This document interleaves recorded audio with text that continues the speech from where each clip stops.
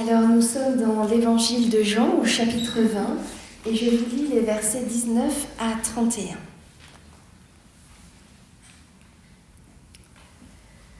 Le soir de ce même jour qui était le premier de la semaine, alors que par crainte des autorités juives, les portes de la maison où se trouvaient les disciples étaient verrouillées, Jésus vint. Il se tint au milieu d'eux et il leur dit « La paix soit avec vous ». Tout en parlant, il leur montra ses mains et son côté. En voyant le Seigneur, les disciples furent tout à la joie. Alors, à nouveau, Jésus leur dit « La paix soit avec vous. Et comme le Père m'a envoyé, à mon tour, je vous envoie. » Ainsi, ayant parlé, il souffla sur eux et leur dit « Recevez l'Esprit Saint. Ceux à qui vous remettrez les péchés, ils leur seront remis. Ceux à qui vous les retiendrez, ils leur seront retenus. » Cependant, Thomas, l'un des 12, celui qu'on appelle Didyme, n'était pas avec eux lorsque Jésus vint. Les autres disciples lui dirent donc « Nous avons vu le Seigneur !» Mais il leur répondit « Si je ne vois pas dans ses mains la marque des clous, si je n'enfonce pas mon doigt à la place des clous, et si je n'enfonce pas ma main dans son côté, je ne croirai pas. » Or, 8 jours plus tard, les disciples étaient à nouveau réunis dans la maison. Et Thomas était avec eux. Jésus vint, toutes portes verrouillées. Il se tint au milieu d'eux et il leur dit « La paix soit avec vous. » Ensuite, il dit à Thomas « Avance ton doigt ici et regarde mes mains. Avance ta main et enfonce-la dans mon côté. Cesse d'être incrédule et deviens un homme de foi. » Thomas lui répondit « Mon Seigneur et mon Dieu. » Jésus lui dit « Parce que tu m'as vu, tu as cru. Bienheureux ceux qui, sans avoir vu, ont cru. » Jésus a opéré sous les yeux de ses disciples bien d'autres signes qui ne sont pas rapportés dans ce livre. Ceux-ci l'ont été pour que vous croyiez que Jésus est le Christ, le Fils de Dieu, et pour que, en croyant, vous ayez la vie en son nom. Seigneur, que ta parole soit pour nous parole de vie. Amen.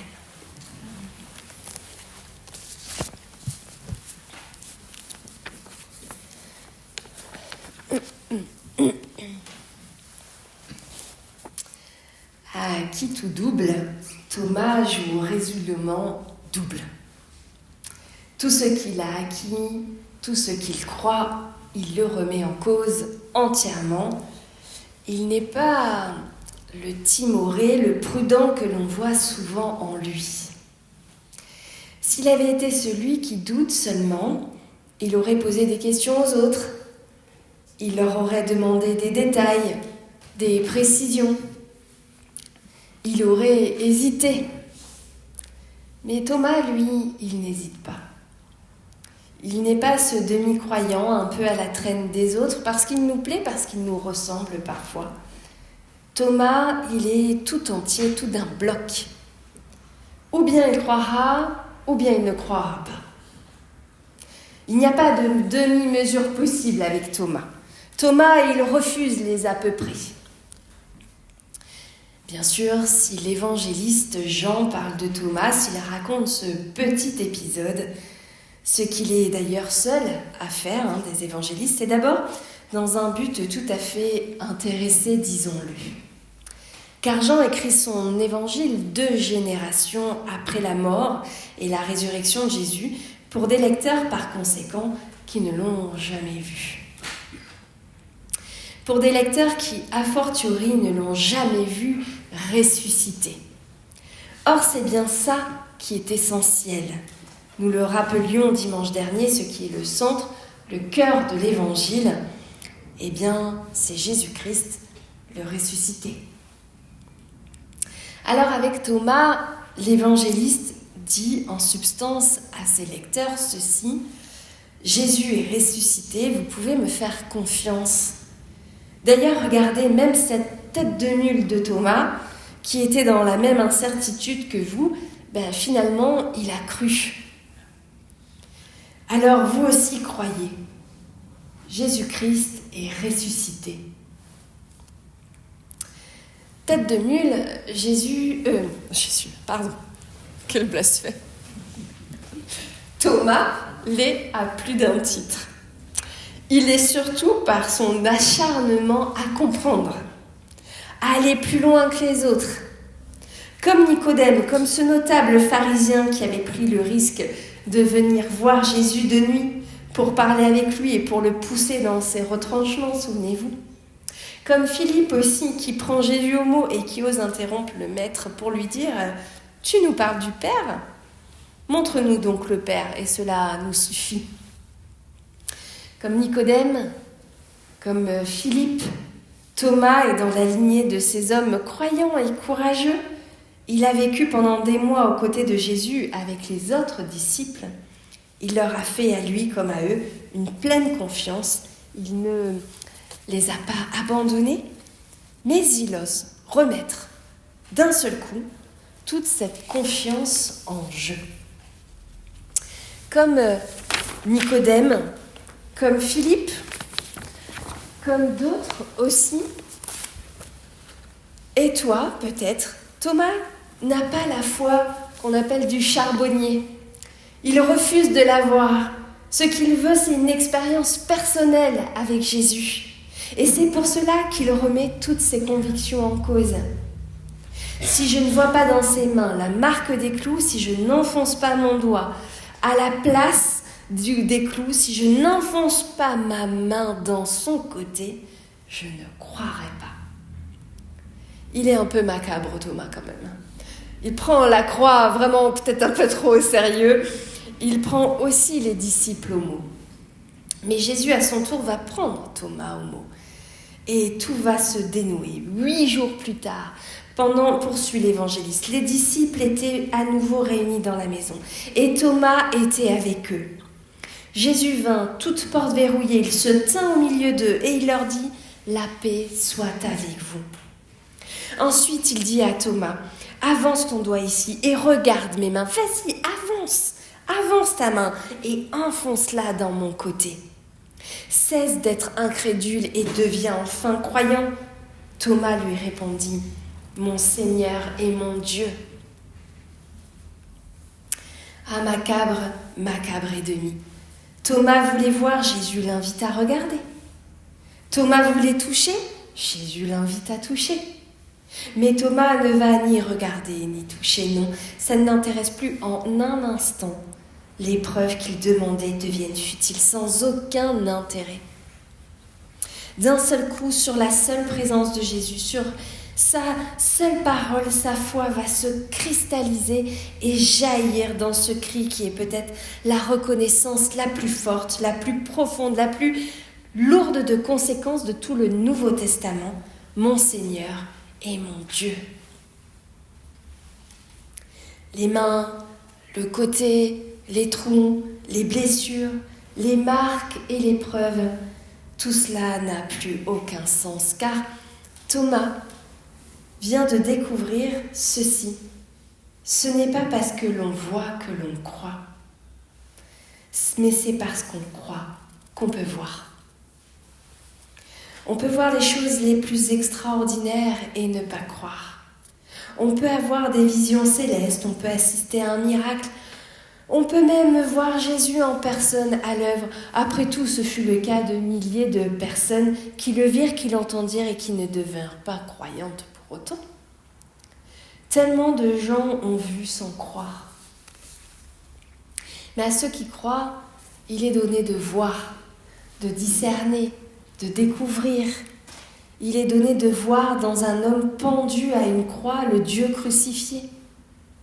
Il est donné de voir dans un tombeau vide la présence d'un ressuscité, ou encore de voir dans un morceau de pain la source de vie. Il est donné de voir dans un figuier qui bourgeonne l'espérance plus forte que la haine. Il est donné de voir dans les plus petits, les rejetés, les minables et les pouilleux, le visage du Christ. À ceux qui croient, il est donné de voir un monde renouvelé, des relations insoupçonnées. Il est donné un regard neuf pour voir non pas plus ni loin ni mieux, ni au-delà, mais pour voir non pas une autre vie, mais la vie autrement, aujourd'hui. Croire, avoir la foi. D'ailleurs, la foi, ce n'est pas un caractère héréditaire. Croire qu'on se transmet de génération en génération, non. Ce n'est pas non plus une maladie qui s'attrape ou contre laquelle on se vaccine. D'ailleurs, la foi, Jean l'évangéliste, il ne sait pas bien ce que c'est. Il n'emploie jamais ce mot-là, d'ailleurs. Il dit toujours croire, pas avoir la foi, mais croire. Et peut-être que c'est tout assez différent, car on n'a pas la foi une fois pour toutes, mais on croit. C'est actif, c'est changeant, ça se renouvelle, c'est vivant, et puis aussi c'est risqué. Avoir la foi, c'est camper sur ses positions en regardant bouger le monde. Croire, c'est sortir de soi pour aller à sa rencontre. Avoir la foi, c'est être dégagé de bien des questions, de bien des doutes, de bien des appels, mais croire. Croire, c'est s'engager. Croire, ce n'est pas une assurance tout risque. Cela, c'est la foi du charbonnier. C'est ce que Jésus récuse d'ailleurs. Ce n'est pas non plus un pari qui tient à quelques fausses preuves. Croira pas. Ça, c'est Thomas avant qu'il ne rencontre Jésus à nouveau. Et c'est une impasse. Non croire, c'est s'engager. Et c'est un engagement pas simple, pas facile, mais heureux. Lorsque Thomas s'écrie « Mon Seigneur et mon Dieu », il s'engage et il s'engage totalement. D'abord par rapport à lui-même, car il reconnaît l'autorité absolue de Jésus sur sa propre vie. Mon Seigneur et mon Dieu. Et puis, il s'engage aussi par rapport au monde entier. Car dire à Jésus, mon Seigneur et mon Dieu, c'est oser dire ce que le psaume 35 ne disait qu'à Dieu seul, et c'est donc blasphémer aux yeux des Juifs. Et c'est risquer la mort comme Jésus.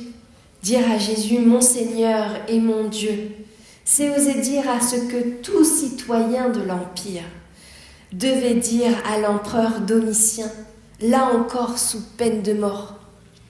Oui, totalement, Thomas s'engage. Et ce n'est pas un engagement d'une tragique grandeur, d'un bouleversant héroïsme, c'est un engagement qui conduit. Et j'aurais envie de dire qui conduit tout simplement au bonheur. Heureux, lui, répond Jésus. Heureux ceux qui, sans avoir cru, sans avoir vu, croient. Heureux, ce n'est pas, contrairement à l'habitude que nous avons prise, ce n'est pas une béatitude que Jésus propose ici, béatitude au sens de félicité immobile, éternelle et définitive. Non, c'est un bonheur en marche, qui avance, qui se construit. Heureux. Voilà la promesse de Jésus pour ceux qui s'engagent. Une seule autre fois, Jésus s'était écrié ainsi heureux. C'est le jour où il s'était fait plus petit encore, le dernier des esclaves, et où il avait lavé les pieds de ses disciples. Il leur avait ensuite déclaré « Si je vous ai lavé les pieds, moi le Seigneur et Maître, vous devez vous aussi vous laver les pieds les uns les autres. Car c'est un exemple que je vous ai donné. Ce que j'ai fait pour vous, faites-le vous aussi. Vous serez heureux si vous le mettez en pratique. » Ce qui est formidable, c'est que Catherine nous a préparé des bassines ce matin. Non, je plaisante. Mais quand même, heureux. Tu es heureux si tu t'engages pour servir. Tu es heureux si tu t'engages pour croire. Jésus n'exige pas de certitude assise. Il ne demande pas un pari sur des apparitions surnaturelles. Il nous appelle simplement à être heureuses et à être heureux. Heureux ceux qui, sans avoir vu, croient. Celui qui croit sans avoir vu, c'est toi peut-être. C'est aussi, d'une certaine manière, Jésus lui-même. Pâques est maintenant passé, le tombeau est vide, tout va commencer. Pour les disciples comme pour nous, pour moi comme pour toi, maintenant il s'agit de croire. Thomas, il ne l'avait pas voulu. Oh, ce n'est pas qu'il était mécréant ni incertain, mais il voulait des preuves. Il voulait voir et toucher, comme si croire ça s'obtenait au distributeur automatique des apparitions. Comme si croire ça se nourrissait de frissons et d'extase. C'est parce qu'on croit qu'on peut voir. C'est en croyant qu'on pose un regard neuf sur les autres, sur soi et sur Dieu. C'est ce à quoi Jésus nous engage. Heureux ceux qui, sans avoir vu, croient. Heureux es-tu, toi qui crois sans avoir vu. Une chose est sûre, Jésus, lui, n'attend pas de voir pour croire. Il n'attend pas de te voir à l'œuvre pour te faire confiance. La paix soit avec vous. Comme le Père m'a envoyé à mon tour, je vous envoie inconditionnellement à tous, et même à Thomas. Jésus fait une totale confiance. À toi aussi, il fait totalement confiance. Il n'impose aucun test, il n'exige aucune épreuve, il ne veut aucun gage. Tel que tu es, il t'envoie. Heureux ceux qui, sans avoir vu, croient, et par 3 fois il ajoute « La paix soit avec vous ». Maintenant, la paix soit avec toi. Amen.